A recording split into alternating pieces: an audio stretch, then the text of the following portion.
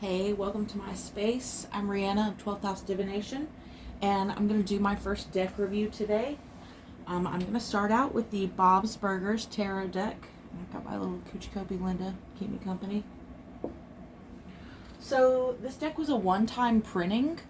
It was created, published, and distributed by Cuddle Cult. It was released this summer, 2021.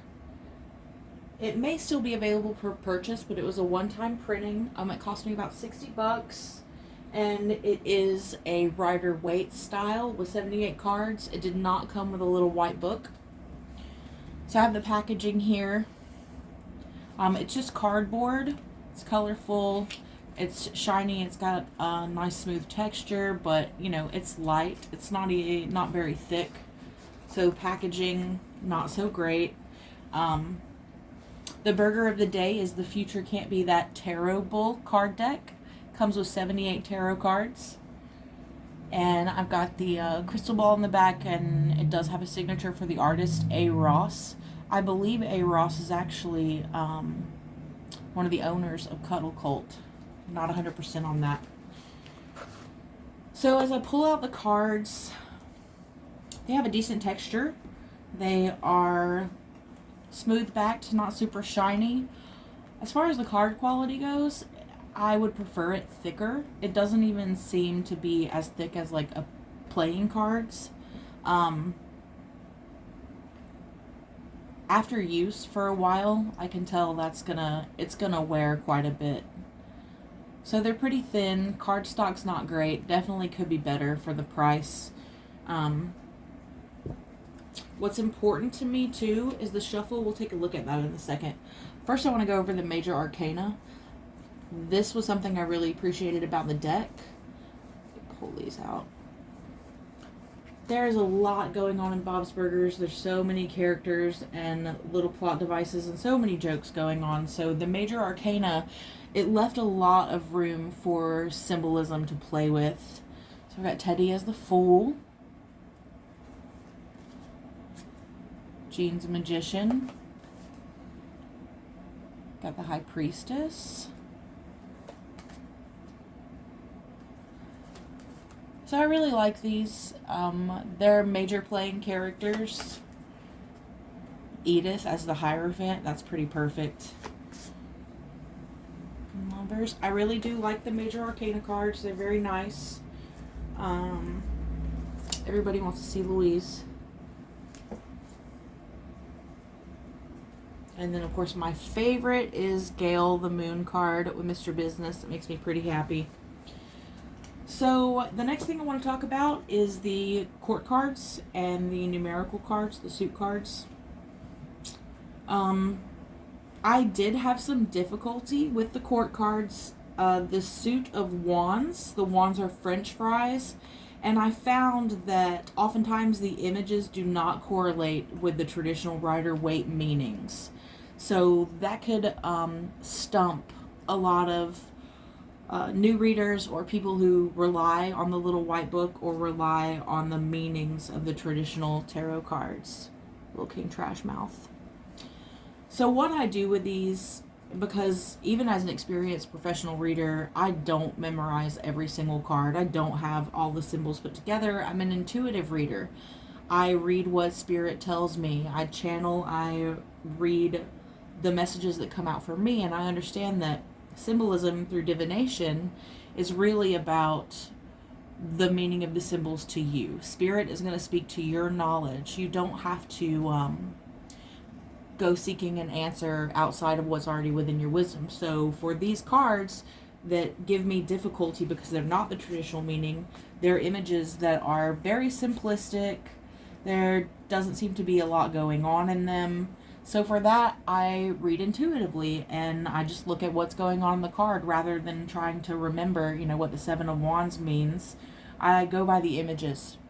So the wand suit was a little bit difficult with that. They're just not as diverse as I'd like. I found the cup suit a little bit better, but a lot of these are very similar. Linda drinking a lot of wine. So you really kind of have to go with your own gut on these. Linda getting drunk all throughout the cups. So we have 10 of cups, just completion. Just Linda completely snockered. Gretchen. And then the king and the queen are Linda and Bob just totally shit-faced. So then we have swords, which is spatulas. These were also harder to interpret, trying to go by like traditional meanings.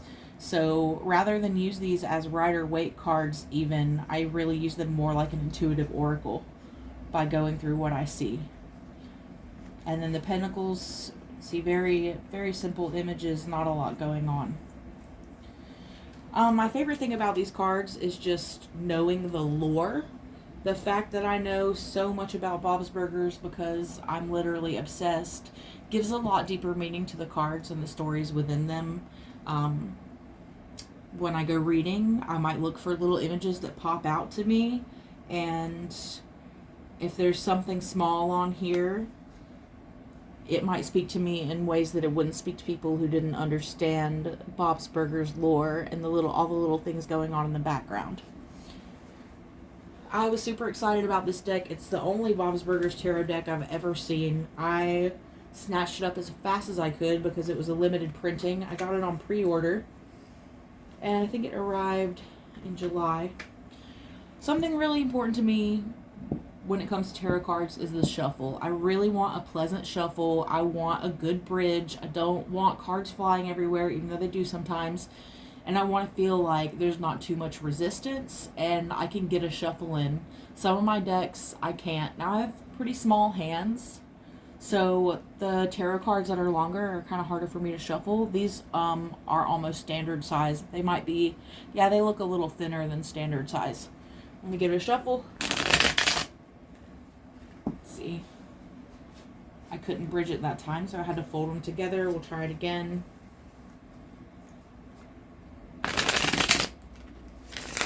Alright, comfortable bridge. So, I am comfortable with the shuffle. I like how the cards feel.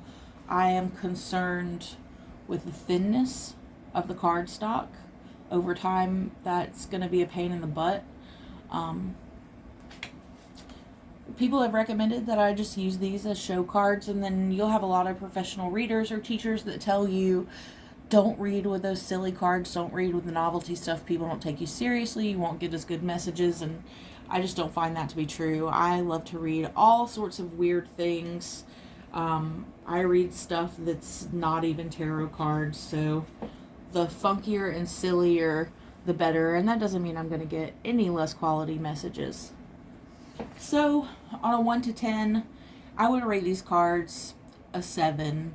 I love Bob's Burgers, but this would be a difficult deck to work with if you were newer in tarot and didn't understand how to intuitively read. The court cards and the suit cards could have a lot more going on, but they're very simplistic and oftentimes don't communicate that much meaning unless you really know what you're looking at. The benefit of the cards, I really like the shuffle, and I really enjoy that knowing the lore of the stories and of the show really improves the qualities of my readings. A deeper understanding of the symbolism. So it's fun to look at something and know the story behind it and be able to see that it applies to your querent. Like I said, I'm not sure if these are still available for purchase. I did check the website. It appeared that they are, but I do know this was a limited printing, and when I purchased it, shortly after, it did say it was sold out. So who knows? Maybe they did a second printing because it was so popular. Alright, Bob's Burgers Tarot deck. Would you get it? I am obsessed with Bob's Burgers. Got my little Coochie Copy tattoo. Got my Bob's Burgers shirt on. So I don't play about some Bob's Burgers, and it was definitely worth it to me. Drawbacks, packaging, and cardstock. I can already see here a little rip in the packaging since I've gotten it. And I like to keep my cards in their boxes, so as that comes open and closes more often, it's just going to rip a little bit more. However, I am pleased with my purchase. If you love Bob's Burgers and you love reading, it's totally worth it. It's cuddlecult.com.